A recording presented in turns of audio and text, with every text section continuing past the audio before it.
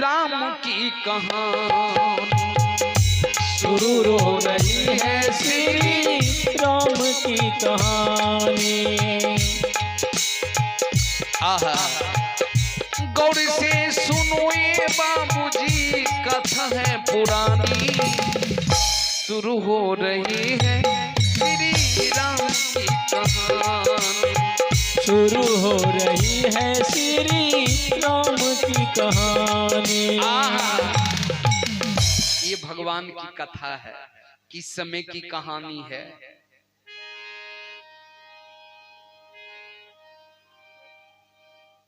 ए बाबू, राघव द्वारा जब हुआ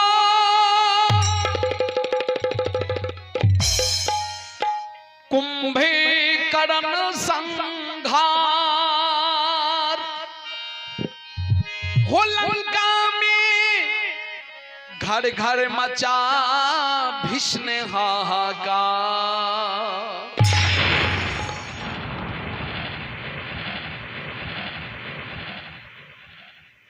भगवान के बाणों द्वारा बलशाली कुंभकर्ण लड़ाई के मैदान में मारे गए। रावण को खबर किया राक्षसी सेना कि महाराज कुंभकर्ण मारा गया। रावण बोले कुंभकर्ण मर गया? बोले हाँ महाराज। बोले उस कुंभकर्ण को दो तपस्वी ने मार गिराया, जिस कुंभकर्ण का शरीर विशाल था, जो कुंभकर्ण 7 भैंसा का मांस खाते थे, घैला का घैला मदिरा पान करते थे, उस कुंभकर्ण को 2 वनवासी ने मार गिराया। आप हैं बनेलाल, सादा ग्राम सिसौना पंचायत झाड़ा। भगवान के दरबार में 101 रुपए दान किए हैं। परमात्मा से कामना करूंगा भगवान दानी को मनोकामना को पूर्ण करेंगे। प्रेम से बोल दे सियावर रामचंद्र की जय।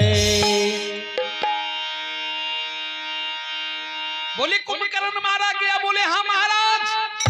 कुंभकर्ण का नाम सुनते ही रावण के आंख में आंसू भर गया कि जिस कुंभकर्ण का शरीर पहाड़ के जैसा था, जो कुंभकर्ण को जब ब्रह्मा जी ने वरदान दिया कि तुम 6 महीना तक सोएगा, एक ही रोज जगेगा, हम तो सोचा कि कुंभकर्ण जीत करके आएगा, लेकिन वो तो हार गया।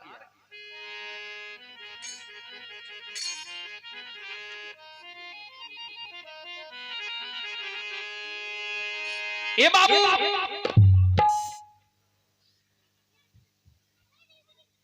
रावण कुंभकर्ण के याद में राज दरबार में रोने लगे। भैया चोट लगे तुझको तो दर्द मुझे होता है। रावण कहते हैं कि भैया कुंभकर्ण तू मर गया। कुंभकर्ण के याद में रावण गमगीन अवस्था में राज दरबार में है।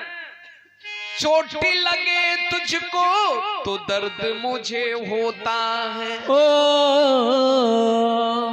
नैन तेरे खन की तो दिल ये मेरा रोता है। भाई भाई में,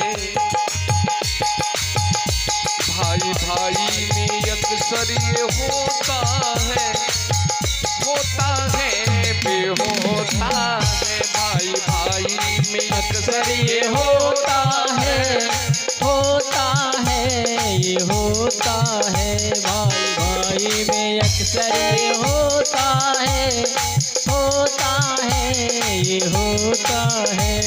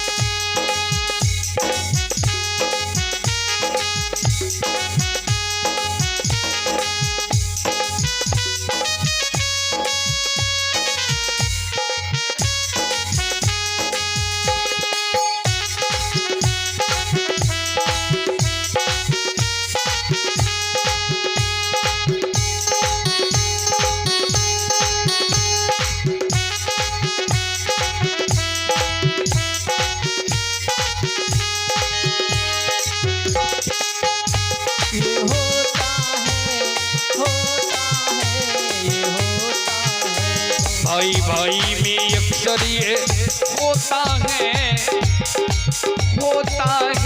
भी होता है। रावण रोने लगे, गमगीन अवस्था में रावण है। रावण का बेटा मेघनाद उधर से राज दरबार में पहुंचते हैं। रावण बैठे हैं सिंहासन पर गमगीन अवस्था में, चारों तरफ से सिपाही राक्षस तैनात हैं। रावण कहते हैं कुंभकर्ण बिछुड़ाल जोड़ी, ए भाई के बिना बिछुड़ाल जोड़ी, भाई के बिना बिछुड़ाल जोड़ी, बिछुड़ाल जोड़ी,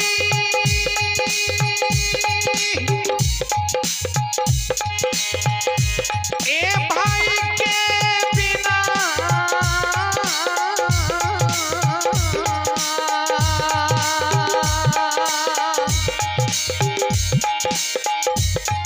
बिछुड़ाल जोड़ी, भाई के बिना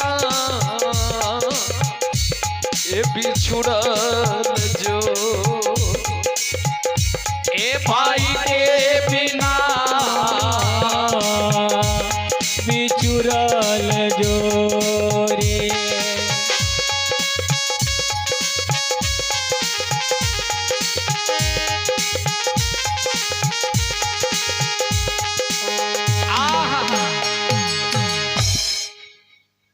रावण का बेटा मेघनाद आया, बोले पिताजी आप गमगीन अवस्था में क्यों है?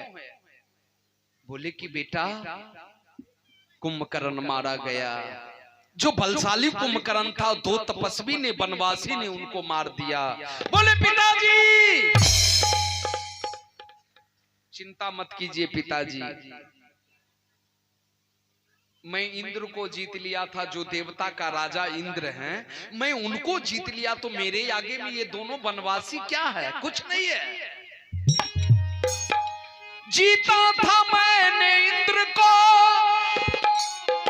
इंद्रजीत कहलाता हूं, अब दोनों तपस्वी को आज मैं रन में मार गिराऊंगा। दोनों तपस्वी को आज मैं रन में मार गिराऊंगा, दोनों तपस्वी को आज मैं रन में मार गिराऊंगा।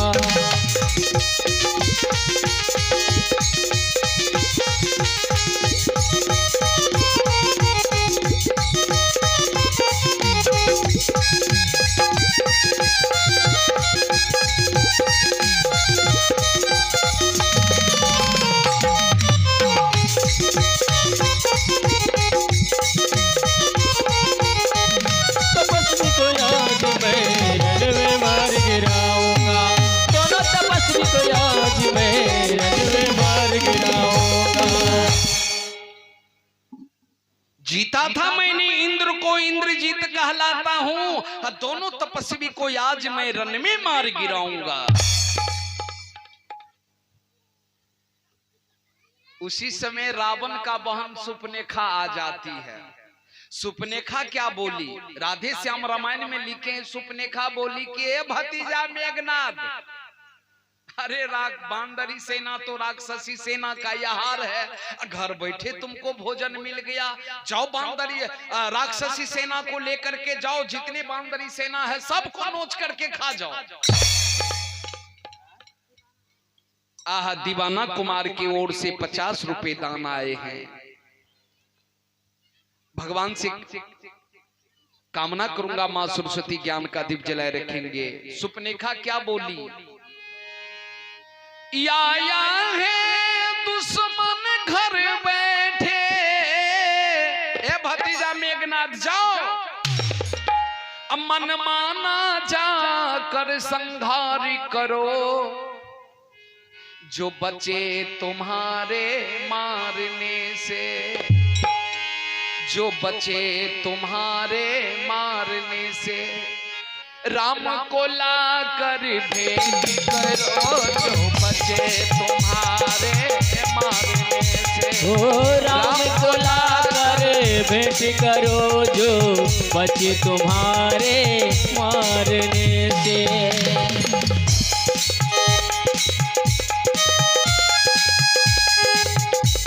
मेघना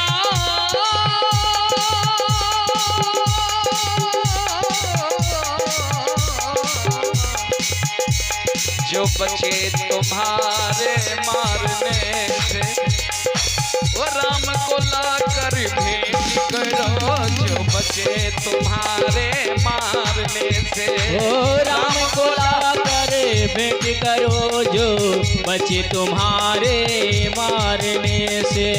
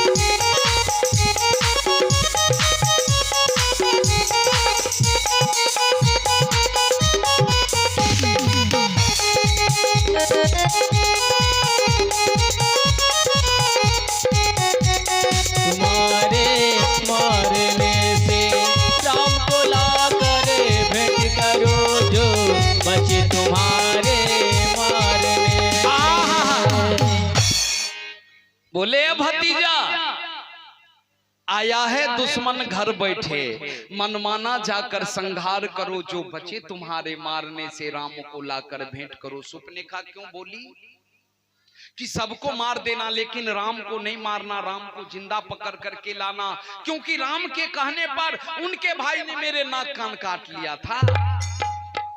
मैं पूछूंगी उस राम से कि तुम्हारा भाई क्यों मेरा नाक कान काट लिया। सबको मार देना लेकिन राम को जिंदा पकड़ करके लाना। सुपनेखा क्यों बोली, इसलिए कि सुपनेखा पति का नाम थे विदुर चिहा। रामायण में झगड़ा का जड़ है सुपनेखा। सुपनेखा पंचवटी में नहीं जाती, भगवान के साथ बहसकार नहीं करती, लक्ष्मण नाक कान नहीं काटते, खरदूषण लड़ने के लिए नहीं जाता, ना रावण सीता को हर करके लंका लाता। सुपनेखा क्यों बोली? सुपनेखा इसलिए बोली कि सुपनेखा पति का नाम थे विदुर चिहा। विदुर चिहा बहुत बड़ा बलवान था। विदुर चिहा बहुत बड़ा बलवान था। एक रोज रावण ने विदुर चिहा को छल करके पकड़ करके खंभा में जाकर के बांध दिया, तलवार लेकर के बहनई को हत्या करने के लिए चला। सुपनेखा आंचल फैला करके सिंदूर का भीख मांग रही थी कि भैया मेरा सुहाग को मत उजाड़िए, मेरे सुहाग को रहने दीजिए। रावण ने नहीं माना, जाकर के विदुर चिहा का हत्या कर दिया। लंका की नारी बोली कि सुपनेखा अब रोने से काम नहीं चलेगा, तू पहले वाले सिंदूर जो लगाई हो ये सिंदूर को मांग से तुम फिर धो लो और दोबारा सिंदूर मांग में लगा करके अंतिम पति का मुंह देख ले जा। आज भी नियम है और उस जमाने में भी नियम था कि जिस माँ बहन को पति मर जाते हैं तो पहले वाले जो सिंदूर लगाई रहती है वो सिंदूर को धो दिए जाते हैं और दोबारा मांग में सिंदूर लगा करके पति के पास जाती है। आज भी माँ बहन उस जमाने में भी थे। सुपनेखा को बोले पहले वाले सिंदूर धो ले, दोबारा मांग में सिंदूर लगा करके पति के लाश के पास जाकर के अंतिम पति का मुंह देख ले। सुपनेखा सिंदूर को धो लेती है और रोते रोते पति के पास जाकर के पति का खून मांग में लगा लेती है सुपनेखा। उसी समय सुपनेखा प्रतिज्ञा करती है कि जिस तरह से मैं पति के लिए रो रही हूँ, तुम सब हंस रही हो, तो एक दिन मैं लंका में ये हाल करूंगी कि तुम सब अपने अपने पति के लिए रोएगी, मैं जोर जोर से हंसूंगी। इसलिए सुपनेखा पंचवटी में जाकर के बहिष्कार करके नाक कान कटवा करके आ गई। इसलिए सुपनेखा बोली कि सबको मार देना भतीजा मेघनाथ, लेकिन राम को नहीं मारना, राम को जिंदा पकड़ करके लाना लंका। आया है दुश्मन घर बैठे मनमाना जाकर संहार करो, जो बचे तुम्हारे मारने से राम को लाकर भेंट करो। इसलिए सुपनेखा कह दी, सुपनेखा कह करके चली गई। मेघनाथ बोले पिताजी मुझे आज्ञा दीजिए, मैं लड़ाई के मैदान में जाऊंगा, चाचा का बदला तुरंत अभी चुकाऊंगा, और दोनों तपस्वी को रन में मार गिराऊंगा। चाचा का बदला तुरंत अभी चुकाऊंगा, दोनों तपस्वी को रन में मार गिराऊंगा, दोनों तपस्वी को रन में मार गिराऊंगा, दोनों तपस्वी को रन में मार गिराऊंगा, चाचा का बदला तुरंत अभी चुकाऊंगा, दोनों तपस्वी को रन में मार गिराऊंगा, चाचा का बदला तुरंत अभी चुकाऊंगा, दोनों तपस्वी को रन में मार गिराऊंगा।